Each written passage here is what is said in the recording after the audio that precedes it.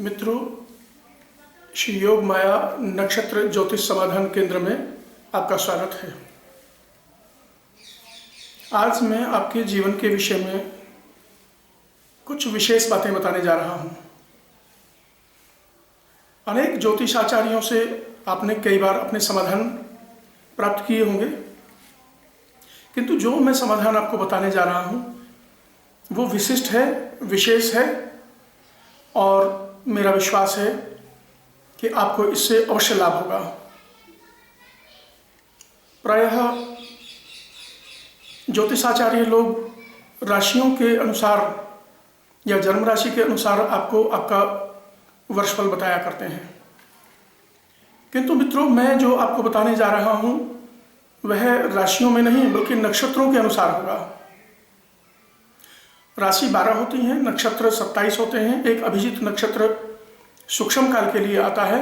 इस प्रकार 28 नक्षत्र होते हैं और 28 नक्षत्रों में भी मैं एक नक्षत्र में 4 चरण होते हैं। उन चरणों के अनुसार आपके जीवन के विषय में मैं आपको कुछ समाधान बताने जा रहा हूं। मित्रों, आज मैं सबसे पहले आपको नक्षत्र क्रम के पहले नक्षत्र अश्विनी के विषय में बताने जा रहा हूं। अश्विनी नक्षत्र मूल का नक्षत्र माना गया है। 27 नक्षत्रों में 6 नक्षत्रों को मूल नक्षत्र के अंतर्गत माना गया है। मैं इसी नक्षत्र के प्रथम चरण में आपको आपका भविष्य बताने जा रहा हूं। इस नक्षत्र की राशि मेष होती है, स्वामी मंगल होते हैं। इस नक्षत्र का 4 भागों में मैं आपको फलादेश बताने जा रहा हूं। क्रमशः सभी भागों का मैं आपको आगे वर्षफल बताने वाला हूं। यदि आपका जन्म अश्विनी नक्षत्र के प्रथम चरण में है, आप क्रोधी हैं, ऐसा हो सकता है। धन और आर्थिक दृष्टि से आप कई बार बहुत दुखी रहते हैं। तीसरा, ऐसे व्यक्ति पारिवारिक सुख का पूर्ण अनुभव नहीं करते। इनके पारिवारिक जीवन में भी वैमनस्यता रहती है और कम ही लोगों से इनकी बन पाती है। चौथा, ये लोग यदि रोग और शत्रुओं से भी पीड़ित रह सकते हैं। पांचवा, इन लोगों का दाम्पत्य जीवन भी सुमधुर नहीं कहा जा सकता। मित्रों, तो चलिए मैं आपको इस नक्षत्र के ये मैंने गुण बताए हैं और मैं आगे इनका उपाय बताने जा रहा हूं। यदि आप इन 5 में से किसी भी प्रकार से पीड़ित हैं तो आप ध्यान सुनिए। क्रोधी व्यक्तियों के लिए मैं बताने जा रहा हूं। यदि इस नक्षत्र में जन्म लेने वाला व्यक्ति क्रोधी है और अनावश्यक क्रोध करता है तो उसके लिए सबसे उत्तम उपाय मैं जो बताने जा रहा हूं उसे आप ध्यानपूर्वक सुने। आप चाहें तो लिख भी सकते हैं। मित्रों, आप चावल पिसवाएं, उसका आटा बना लें। उस आटे को घोल करके मीठा मिला करके उसे भून करके सोमवार और शुक्रवार को उस आटे से बनाए गए लड्डू आप गाय को खिलाएं। 1 लड्डू गाय को खिलाएं सोमवार को और 1 लड्डू खिलाएं आप शुक्रवार को। ध्यान रहे, वह जो आप लड्डू बनाते हैं उनमें उस जातक का हाथ लगवा लें, उस बच्चे का हाथ लगवा लें। संभव हो तो उसी के हाथ से गाय को खिलाएं। 11 महीने ऐसा नियमित करने से उसे अवश्य लाभ होगा, मेरा संपूर्ण विश्वास है। यदि आपका बच्चा धन और आर्थिक अवरोधों का सामना कर रहा है तो मैं उसके लिए बताने जा रहा हूं। आप 1 किलो सूजी लें अथवा जो भी संभव हो सके उतनी सूजी ले लें आप, जिसे रवा भी कहते हैं। इस सूजी को आप बिना घी के भून लें और भून करके सूजी के अनुपात में चौथाई भाग, अगर 1 किलो सूजी है तो 1 पाव गुड़ वाली शक्कर ले लें कुछ गुनगुना रह जाने पर उसमें शक्कर को अच्छी तरह मिला लें।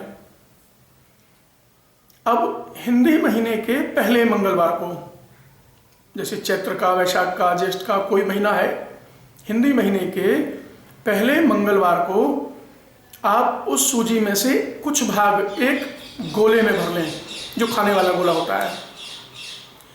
ऊपर से गोले का मुंह थोड़ा काटें, गोले का मुंह काट करके उसमें सूजी भर लें, उसमें चारों तरफ 3-4 सुराख बना दें और पीड़ित व्यक्ति अपने हाथ से किसी पीपल या बरगद के नीचे उसको दबाए। जो बचा हुआ सूजी का भाग है, इस प्रकार 11 महीने तक लगातार चींटियां जिमाने से वह संपूर्ण प्रकार से आर्थिक दृष्टि से संपन्नता प्राप्त करेगा। यह मैं आपको विश्वास दिलाता हूं। तीसरा, वे जातक जिनके परिवार में अनबन रहती है, मनमुटाव रहता है, वैमनस्यता रहती है, उनके लिए मैं ये उपाय बताता हूं, ध्यान से सुनेंगे। सबसे पहले ऐसे जातक जिनका पारिवारिक संबंध मधुर नहीं रहता है, प्रातः उठ करके माता पिता का चरण स्पर्श करें, उनसे आशीर्वाद लें। यदि माता पिता नहीं हैं तो कोई बात नहीं, उनके आप ध्यान करके उनका, और उनकी कोई फोटो वगैरह है उसे देख कर भी आप उनसे आशीर्वाद प्राप्त कर सकते हैं। उनको प्रणाम करें और ओम पितृभ्यो नमः स्नान के बाद ये मंत्र बोल करके, ओम पितृभ्यो नमः, दक्षिण को मुंह करके स्नान के बाद गीला नेकर पहने हुए आप पितरों को जल प्रदान करें। मेरा विश्वास है कि 11 महीने में आपकी सभी मनोकामनाएं पूर्ण होंगी और जो शत्रु भी हैं, पारिवारिक लोग या दूसरे लोग, आपके मित्र भी आपके शत्रु बन गए हैं, वो पुनः आपके मित्र बनेंगे। मैं आपको विश्वास दिलाता हूं। मित्रों, अब मैं आपको चौथा उपाय बता रहा हूं। अश्विनी नक्षत्र के प्रथम चरण में जन्मे व्यक्ति यदि रोगों और शत्रुओं से पीड़ित हैं तो उनके लिए ये मैं उपाय आपको बताता हूं। ऐसे जातकों को अग्निकोण में बनी हुई रसोई, यदि आपका कोई घर है जहां आप भोजन या पकवान बनाते हैं, पाक बनाते हैं, आपका रसोई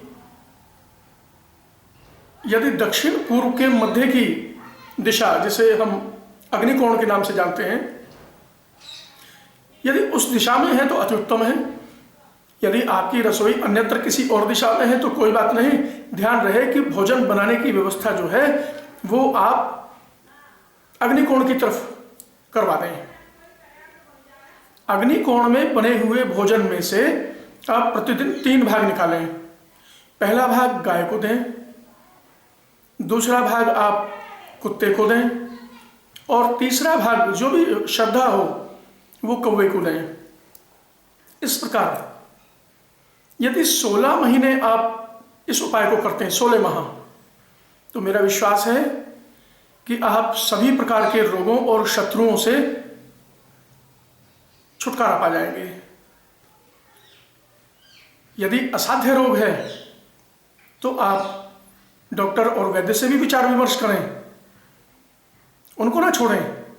किंतु यदि आप ये साथ में उपाय भी करें तो आपके लिए ये अति उत्तम रहेगा।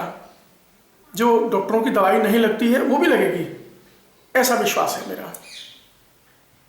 अब मैं आपको मित्रों 5वां और अंतिम उपाय बताता हूं। जिन मनुष्यों के जीवन में दाम्पत्य सुख नहीं है, परिवार का सुख नहीं है, पति पत्नी में मतभेद रहता है, बच्चों से मतभेद रहता है, ऐसे व्यक्ति यदि अश्विनी नक्षत्र के प्रथम चरण में पैदा हुए हैं, उनके लिए ये उपाय है। दाम्पत्य जीवन में कड़वाहट मुख्य रूप से ऐसे लोगों की पाई जाती है। इसके 3 कारण माने गए हैं। दाम्पत्य जीवन में जब भी कड़वाहट आती है तो कोई कारण ही होता है, बिना कारण के तो कोई कड़वाहट आती नहीं है। 3 मुख्य कारण माने गए हैं दाम्पत्य जीवन में कड़वाहट के। पहला कारण जो है वो आर्थिक हानि मानी गई, धन की कमी मानी गई है।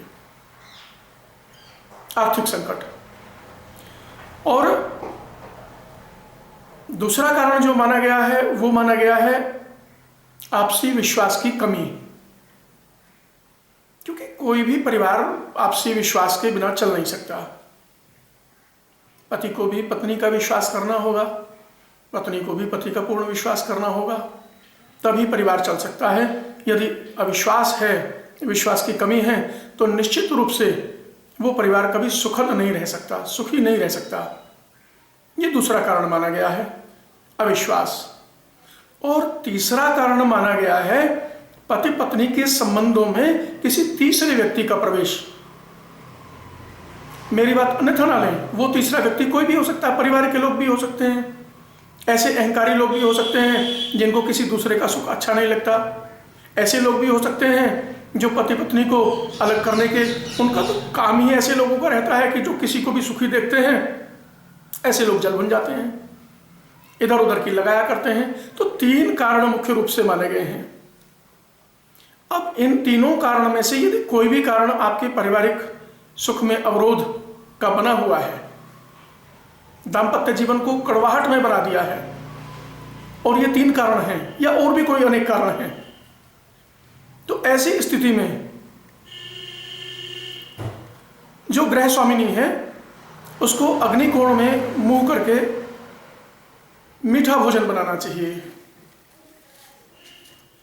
और प्रत्येक कृष्ण पक्ष की अष्टमी तिथि को भगवान राधा कृष्ण का निष्ठापूर्वक जप करें। जप होगा ओम श्री राधा माधवाय नमः। इस मंत्र का ओम श्री राधा माधवाय नमः, इस मंत्र का निष्ठापूर्वक 24 मिनट जप करने से, केवल 24 मिनट, श्रद्धापूर्वक 24 मिनट जाप करने से आप पाएंगे कि आपका पारिवारिक जीवन सुखद हो गया है। यदि आपका पति आपसे भिन्न रास्ते पर जाता है, उसके विचारों में भिन्नता है, तो आप देखेंगे कि धीरे धीरे उनमें सामंजस्यता आने लगी है, उनमें पहले जैसी कड़वाहट नहीं बची है। और पत्नी यदि क्रोधी स्वभाव की है तो उसमें भी ये परिवर्तन आएगा, वो पूर्णता से पति पत्नी का एक दूसरे के प्रति विश्वास भी बढ़ता है और उन दोनों में सप्रीत संबंध स्थापित होता है। मेरा ऐसा विश्वास है। आज मैंने आपको अश्वनी नक्षत्र के प्रथम चरण में पैदा हुए बच्चों के विषय में कुछ उपाय बताए हैं जो सटीक हैं, और हजारों लोगों को मैंने बताया, उन्होंने लाभ प्राप्त किया है। यदि आप भी करेंगे तो इससे विश्वास रखिए आपको संपूर्ण लाभ होगा। फिर भी आपको विश्वास नहीं हो पा रहा है तो आप कुछ समय करके ही देखिए। कुछ ही समय में करने पर आप देखेंगे कि आपको लाभ हो रहा है, और यदि आपको लाभ होता है तो निरंतर इन सभी उपायों को लगभग 1 वर्ष तक करें, लगभग 11 महीने तो जरूर करें। 11 माह करने पर आप पाएंगे कि आपके सभी मनोरथ पूरे हुए हैं। जय श्री कृष्ण।